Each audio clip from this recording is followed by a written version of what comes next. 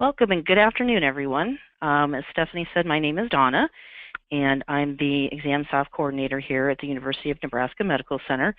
And today we're going to talk about formative assessment. And to begin with, it's probably a good idea to differentiate between what a formative assessment is and what a summative assessment is. The goal of summative assessment is to evaluate student learning. This usually takes place at the end of an instructional block or at the end of a semester, depending on how your classes are set up. The student results are compared against some kind of standard or criteria or level to determine if they've learned the required material. This can be the traditional grading scale of the letters A through F, or for example here at UNMC, we use a 5-year lowest passing average score as our minimum passing score for our courses. Summative assessments are usually worth the majority of the points for a course, therefore making it high stakes for the students.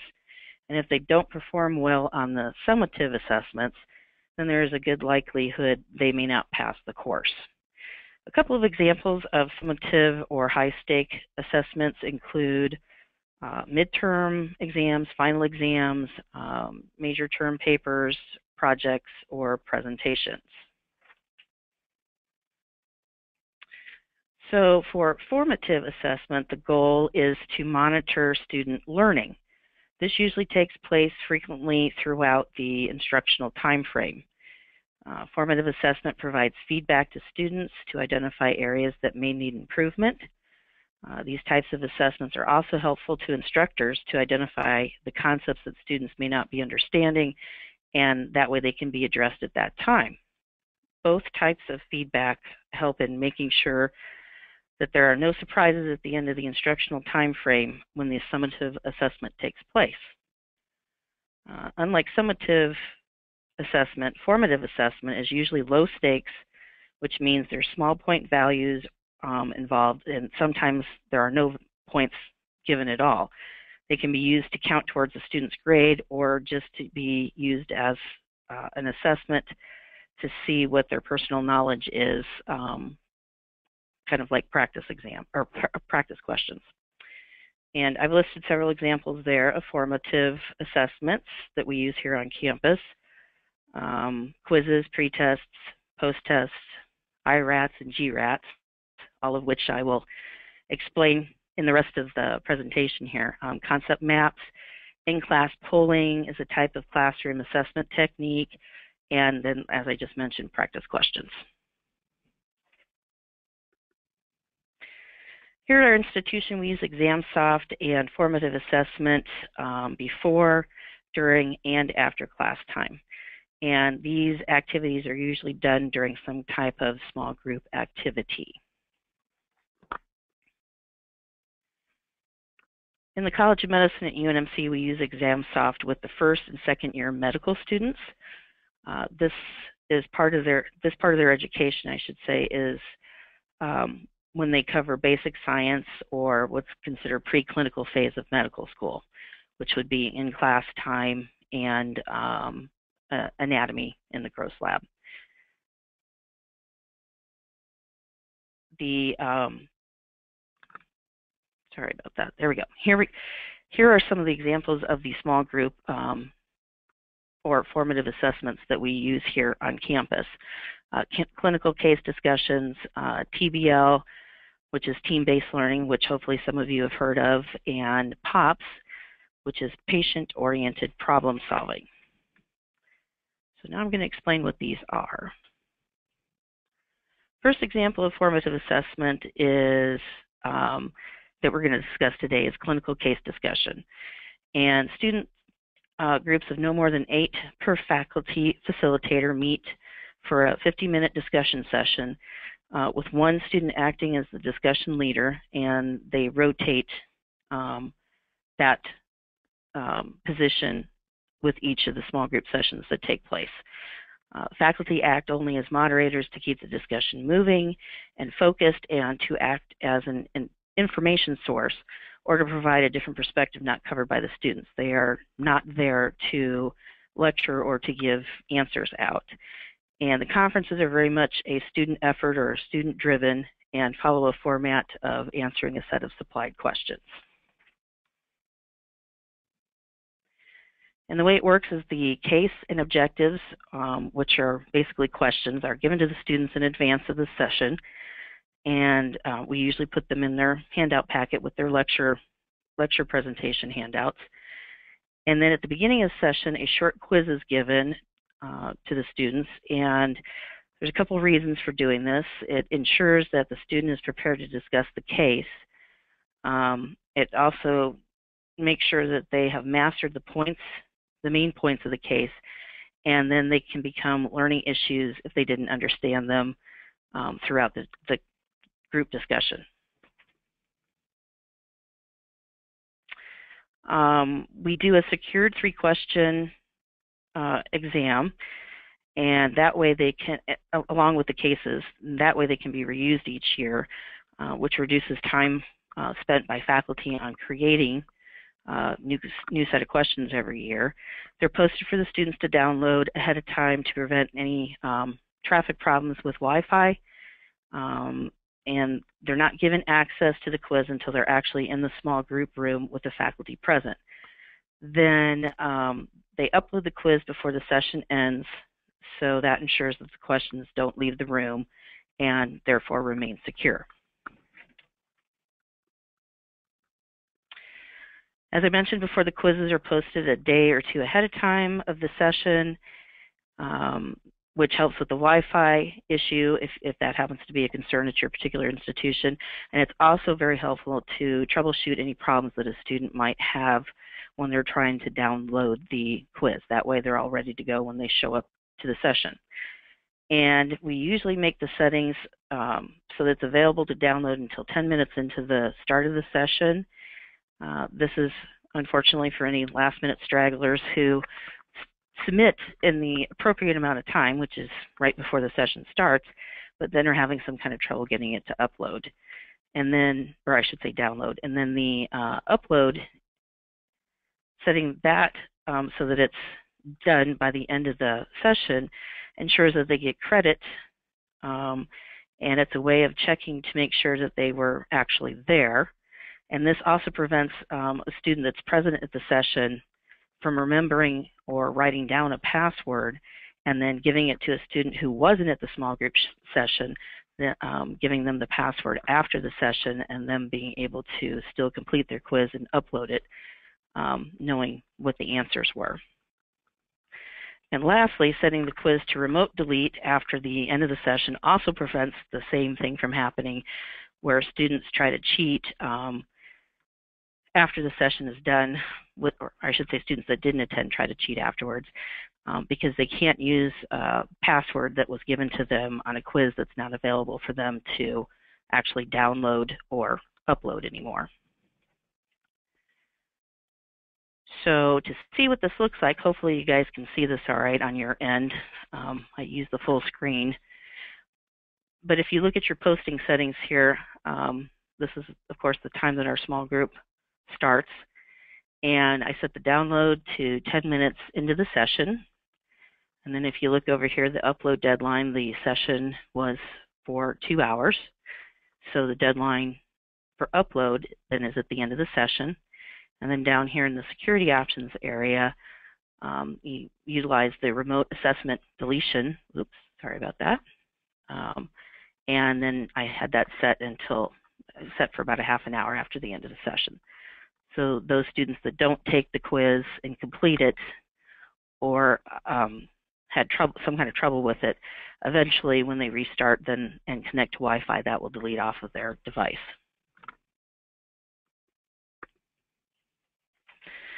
All right, if a student has trouble completing or uploading their quiz during the session, we have a paper copy, which we give a couple of those to the facilitator just in case, so that the group isn't interrupted and they can continue on with their discussion.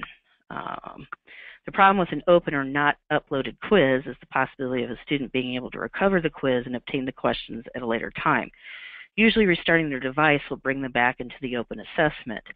If this is not able to be completed during the session, then we have the students come and see me. You could have them go to your ExamSoft administrator, would be the best course of action, and then that person, in our case here is me, would make sure that they got their computer restarted, got the quiz closed, and properly taken care of in my presence.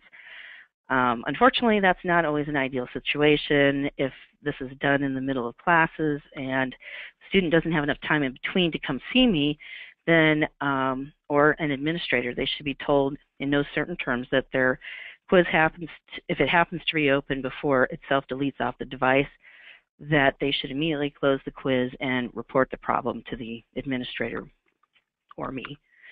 And then telling your students that a device log is tracking their ExamSoft keystrokes is usually a pretty good deterrent against trying to cheat. Even though we can't see the log unless they successfully upload their assessment, the students don't know that, and we haven't shared that little tidbit of information with them. And hopefully they won't be perusing the ExamSoft website and webinars to find out that I just mentioned that. Odds are probably not. But that alone usually is enough for them to worry about trying to do anything that would be considered cheating. And if the quiz does happen to get out somehow, the case can still be reused, and in this particular case, only 3 questions will need to be rewritten, which is a little bit different than a high-stakes, high-number question summative assessment. So, the next example that I'm going to talk about is team-based learning, and it's a structured form of small group learning that emphasizes student preparation outside of the class and then application of the knowledge in class. So students are organized strategically into diverse teams of 5 to 7 students that work together throughout the class. We usually try to create our groups based on a couple of factors. One, for example, is what their grade point average is, so we get a good mix of higher scoring and lower scoring students in the group. And then before each unit or module of the course, the students prepare by going through a reading assignment before they show up to class. Okay, the first module to TBL, as they call it, is the Readiness Assurance Process. And during this module, students complete a test individually, which they refer to as the Individual Readiness Assurance Test, or IRAT. And then they complete the same test with their group members right after that, which is the Group Readiness Assurance Test, or GRAT. And the group assessment is made available to all students to download, but only one student in the group needs to complete and upload the test for the group. And students note who their group leader is so that all the students in the group will receive the same score as the group, or as the person that actually uploaded. And the way we handle this here is we have a sign-in sheet that we give to each group when they arrive at the room and set up at their table. And then we just have them note which person on that sign-in sheet is the group leader, or the person that was elected to upload. And then both the individual scores and the group scores contribute to the students' grades.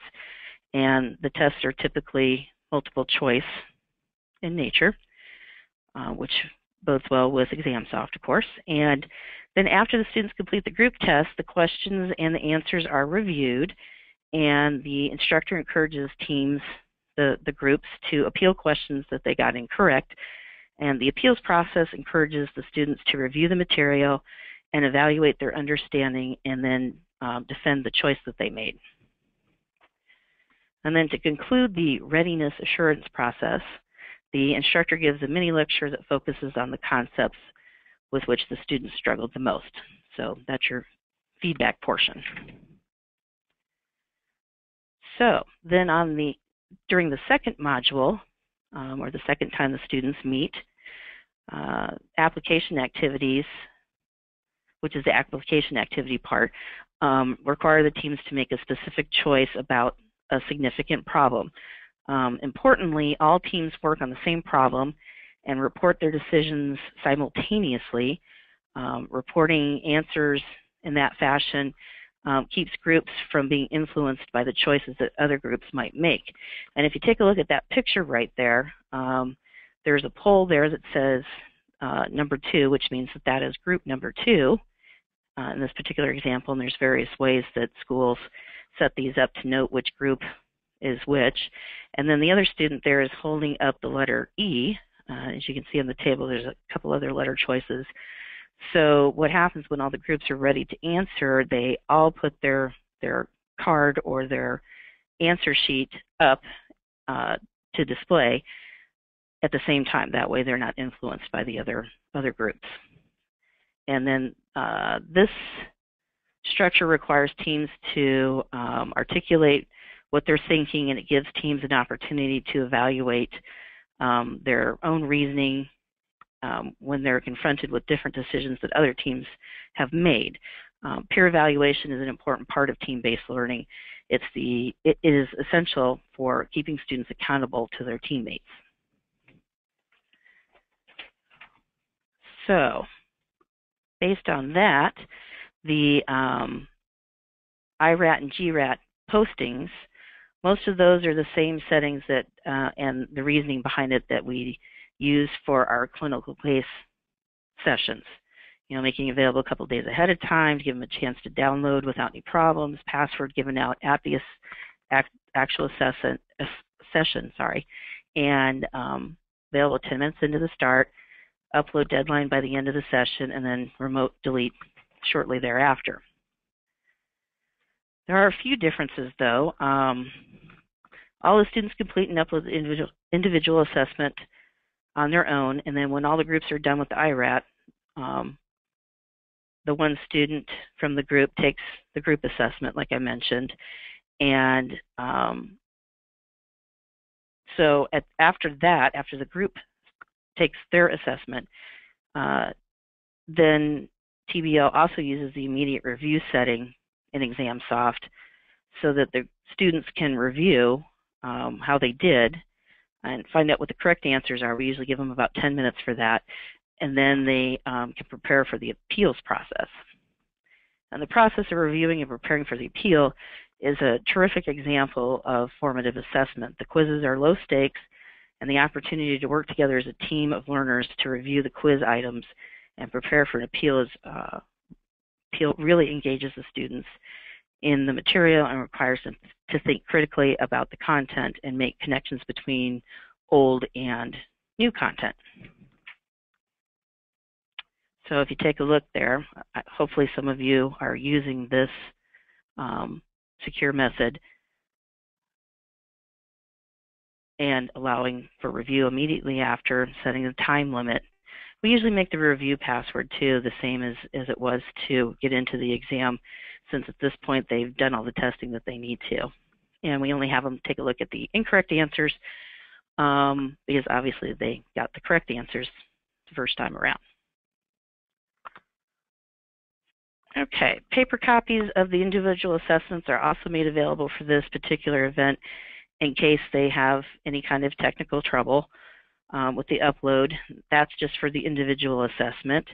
Since all the students should have downloaded the group assessment, if the one taking it for the group experiences technical problems, another student can just access the GRAT on ExamSoft and complete and upload the quiz. And if a student experiences trouble with one of their assessments and is unable to resolve the problem before the end of the session, and follow similar procedures to have them either see the ExamSoft administrator or remind them about immediately closing out the quiz if it should happen to open after the session and reporting what happened.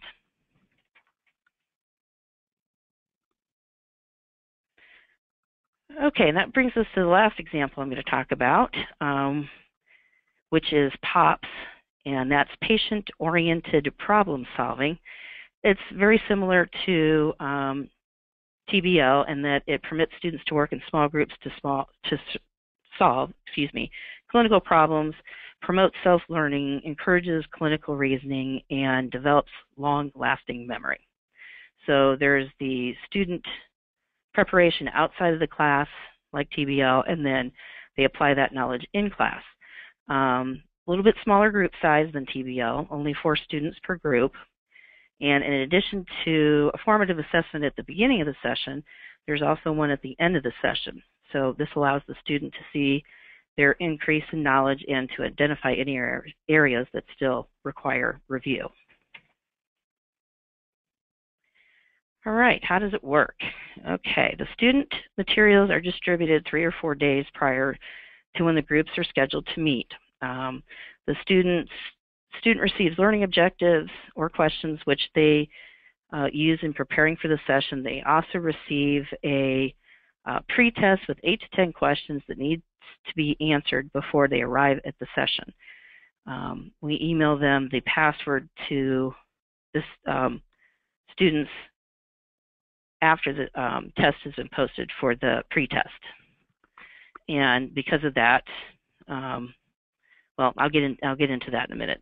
But at the start of the POP session, in groups of 4 students, each student is supplied with only part of the pretest answers and the explanations. Basically, they get 1/4 of it. And then this forces the students to share the correct answers with each other through discussion and before the group begins working together on the clinical cases. And each student has one of the 4 clinical problems too, and solution to their assigned part only. So that also encourages students to be basically a discussion leader to work through their clinical problem with the rest of their group. And each part of the solution contributes to the approach of the overall problem.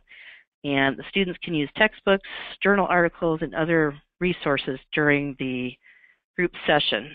And that's actually highly encouraged. Good practice with using their resources.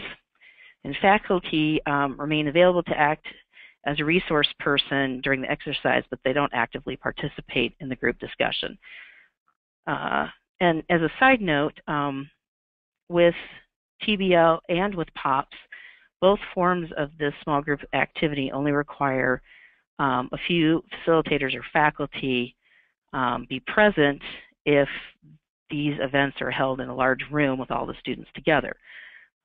Here at UNMC, we hold this in our computer tech lab, as we call it, which has 22 tables, and they're all on the same level floor, not like in an auditorium type style where it's staggered by rows.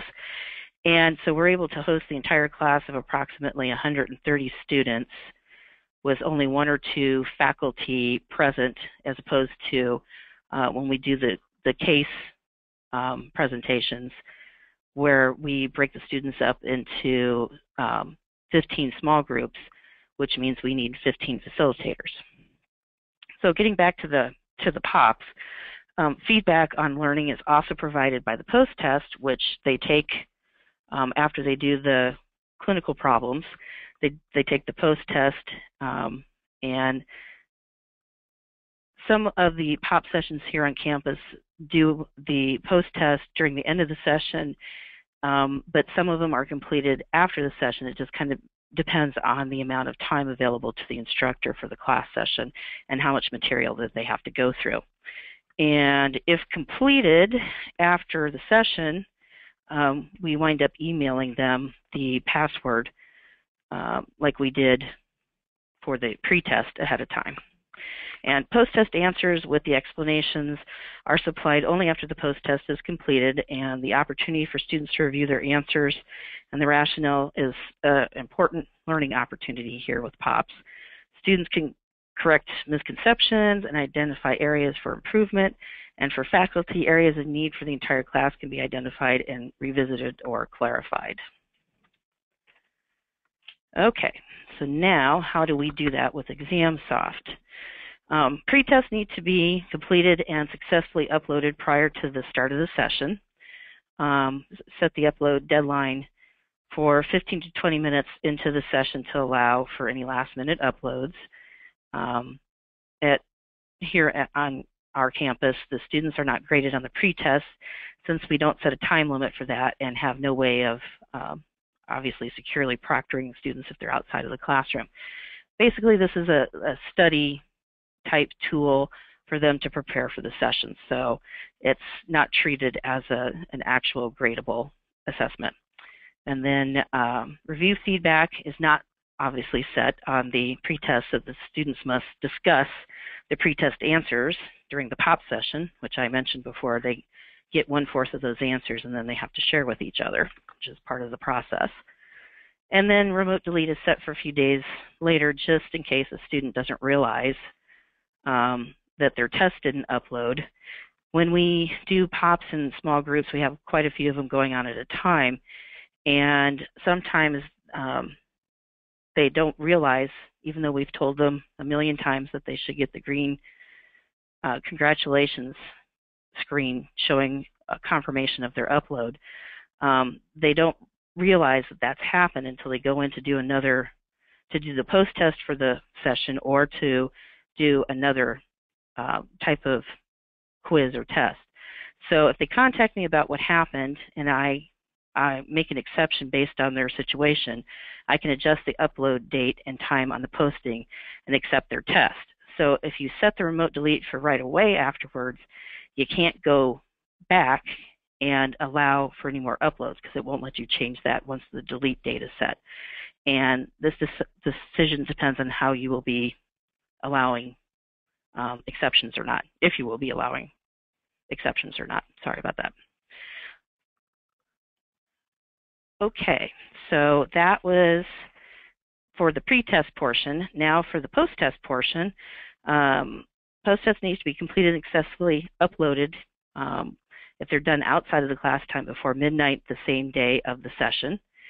And time limit is set on the post-test due to grading of the test.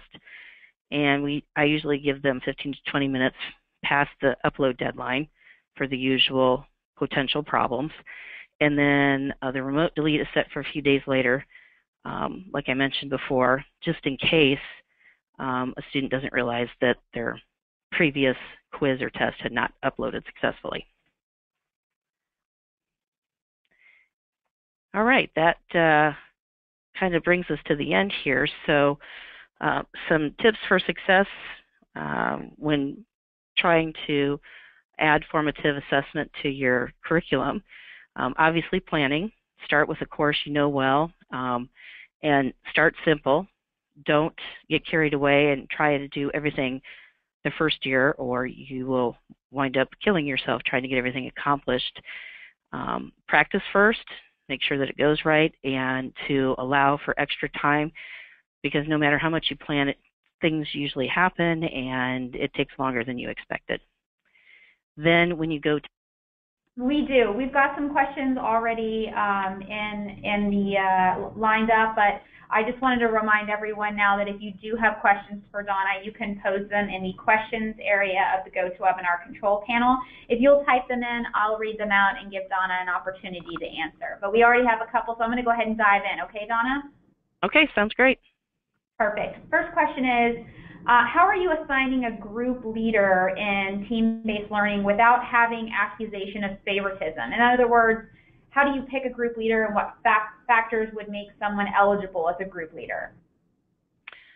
Well, actually, in team-based learning, there doesn't need to be a group leader the way we process our team-based learning here. There does have to be somebody to step up from the group and respond to questions by the facilitator of the session after the students all pick their answers and display them via the little cards like I showed in that image. The instructor for the session will go around and ask different groups why, to justify why they picked that particular answer. Not saying immediately whether it was right or wrong, and usually in that case students just have to speak up on their own. Generally somebody from the group will volunteer and answer, but as far as actual team leader or group leader in the TBL session, that's why it's called team. There's not actually a group leader that takes control over the group of students, if that makes sense. Great, thank you. Next question is there a way to group students in ExamSoft so the guides auto-import, or do you have to manually enter grades for the TRATs? No, the IRATs and the GRATs are done through ExamSoft. We have them, so we're able to pull stats on that just like you would any other question or any other assessment. Okay, thanks. Next question is, are faculty preparing these assessments, or is it done centrally? It's usually done by the faculty for that particular course, usually by the course director, but it is run by different instructors within the course because they're more of a content expert in the particular subjects that are covered. So they do have the lecturers and other faculty participate in that with them. And just to go back to the TBL, I think I might have misspoke while I was giving the presentation when I was talking about the group when they were doing the group assessment, the group IRAT, which is why that first question might have come to play. I think I might have said group leader instead of just the person they select to upload the quiz for their group. The person that takes the GRAT and uploads it for the group really isn't doing any more than collecting the group consensus. So there is no group leadership there if I misspoke and said that. Okay, great. And I'm going to paraphrase a couple of questions now that we've gotten that are all kind of similar along the same lines, but there's several questions that have come in about the actual construction of the groups in general. So when you are selecting students to be in specific groups, is there some sort of strategy involved into types of students, male versus female, or top or lower performing students and that you're placing within groups? Is there a strategy there, or is it all done randomly? No, there's definitely a strategy, and both of those things can be used, male, female. We definitely use their grade point average to try to get a good mix of higher and lower and middle range scoring students. And we also try to, when they're first coming in, since we don't, as first-year students, since we don't have a lot of background on their grades at that point, we also try to take a look at, since this is a medical school and students have done their undergraduate elsewhere, what they got their degree in, what kind of studying they did, what school they went to try to get a mixture of different types of colleges or university backgrounds within the group too. So there's lots of things that you can use for determining who you want to have in your groups like that. But we do put some thought into it. It's not just random. Great, thanks. And I'd like to follow up with a clarifying question that came in from an earlier question poser a minute ago. The question about grading the TRAT. He is saying, or they're saying now, you mentioned that only one student submits the GRAT. If only one student submits the GRAT, how are the grades of the GRATs entered into the grade book? Right now, okay. I see what you're saying. What we do is we use the sign-in sheet that I mentioned that has the list of the students that are in that group, and then the person that takes the GRAT and uploads it in ExamSoft, we take their score and apply it to the other students in our grade spreadsheet. So that information is actually put into the grade spreadsheet manually. I mean, we pull the stats out of ExamSoft, but then we go and we have our students identified by their groups in our spreadsheet. So it's easy to populate for each group once you have the one score. Perfect, thank you. Those are all the questions that we have at this point, so we're going to go ahead and wrap things up here at this point now. Donna, thank you so much for your presentation this afternoon. Sure. Apologies for the technical issues there at the end. Well, I'm just glad it was at the very end. Yeah, exactly. We appreciate your time and your presentation. To everybody who attended, thank you for taking time out of your afternoon also to be here. We know it's a very, very busy time of year for everybody wrapping up the semester. Just a quick couple of reminders. When you close out of the GoToWebinar control panel, you will get a quick pop-up on your screen. It'll have 5 to 6 questions in it. We would so appreciate you taking just a few seconds to fill that out for us. Also, this webinar has been recorded, and everybody will receive an email within the next 48 hours that will have a link to the recording as well as a link to a copy of the presentation deck. Feel free to share that or use that as you would like. Again, thank you so much. We appreciate your time. We hope to see you when our webinar series start back up again in January in 2017. Thank you so much. Have a great day.